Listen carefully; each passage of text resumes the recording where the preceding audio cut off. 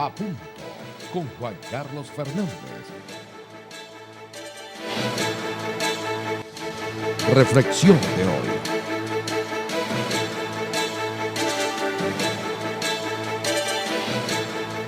Amigos, la situación no deja de ser harto compleja.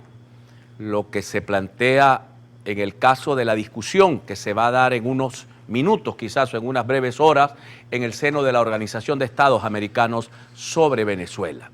He venido insistiendo para que no nos hagamos mayores expectativas de las que realmente pudiéramos tener. Hay 18 países que han convocado la discusión del documento Almagro.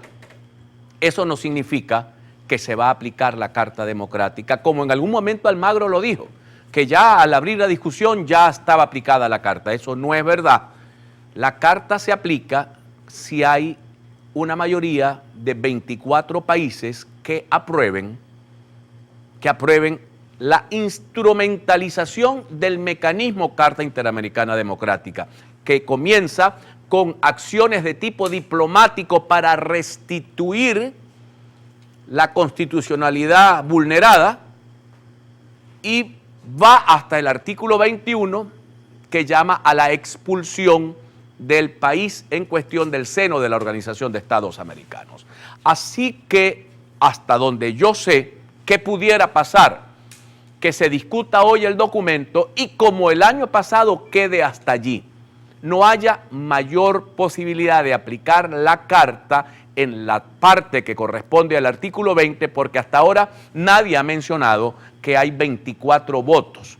Y con respecto al artículo 21, el secretario de Estado norteamericano o su vocero, que es uno de los países que forman parte del grupo de los 18, ha dicho que no va a votar a favor de la separación de Venezuela de la Organización de Estados Americanos. Por lo tanto, lo que vamos a tener hoy va a ser una discusión que además es muy importante que ocurra, porque lo que está sucediendo en Venezuela tiene que ser discutido en el mundo y ya es preocupación.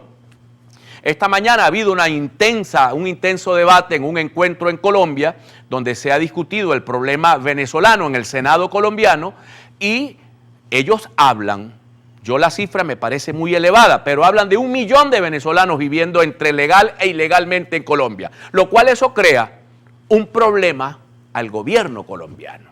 Y en Estados Unidos, seguramente solo en el estado de la Florida, deben haber alrededor de 200.000 venezolanos viviendo ilegalmente en los Estados Unidos, porque se van con la visa de turismo y luego se quedan y no salen más y tienen que vivir a la sombra, en la subeconomía, en la subactividad, escondidos pensando que de ser capturados por el gobierno pudieran ser expulsados, deportados del país. Así pues, mis queridos amigos, que estamos frente a una situación sumamente compleja y por eso la inmensa preocupación hemisférica. Evidentemente también tiene que ver el plano interno. Tiene que ver, mis queridos hermanos, que las encuestas, por ejemplo, las atinentes al tema de la alimentación de los habitantes de este país, hablan que los venezolanos en promedio perdieron el año pasado 9 kilos de peso por falta de alimentación adecuada. Ayer decía el diario La Verdad de Maracaibo que en los hospitales, el diario Versión Final, que en los hospitales de este estado no se le están practicando curetajes a las mujeres que pierden niños, que tienen abortos, que tienen problemas y que necesitan que se le haga el curetaje. No se están practicando porque no hay condiciones higiénicas ni de instrumentos para aplicar el curetaje. Entonces estamos frente a una inmensa dificultad de país que necesita el apoyo internacional, que necesita la acción decidida de los venezolanos y que necesita un poco de sentido común por parte del gobierno. Si el gobierno venezolano insiste en tensar la cuerda, en llevarnos a estos niveles de pauperización de la vida del venezolano, el gobierno no se va a sostener de pie. El gobierno lastimosamente se quiere someter a sí mismo a unas condiciones de salidas extraordinarias y eso no lo quiere nadie, pero tampoco todo un país puede resistir la situación que están viviendo los venezolanos, una situación calamitosa, grave, terrible, más allá de la preocupación sobre la salud de la democracia venezolana, con unas elecciones de gobernación que debieron haberse realizado el año pasado, con un referéndum revocatorio que fue revocado mediante un mecanismo subalterno de utilizar unos tribunales de baja categoría para suspender un instrumento de rango constitucional, utilizaron unos tribunales de baja categoría, luego suspenden la elección de gobernadores de estado y diputados regionales y ahora vamos camino a la mitad del año y todavía no hay una señal que diga que vamos a tener elecciones de alcaldes y concejales que corresponden, según la propia Constitución,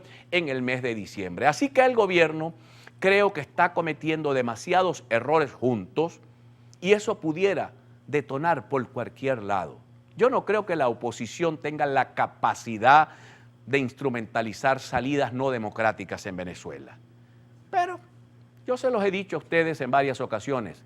Marcos Evangelista Pérez Jiménez cenó el 31 de diciembre del año 1957 con el alto mando militar en el Salón Venezuela del Círculo Militar.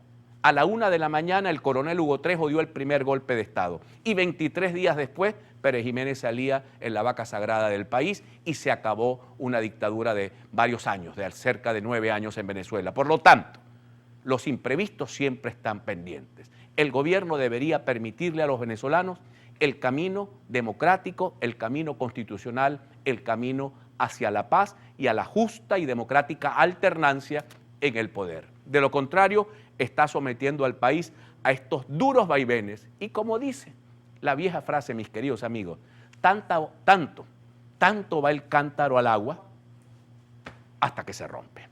Identificamos y ya regresamos. Ya regresamos. A punto con Juan Carlos Fernández.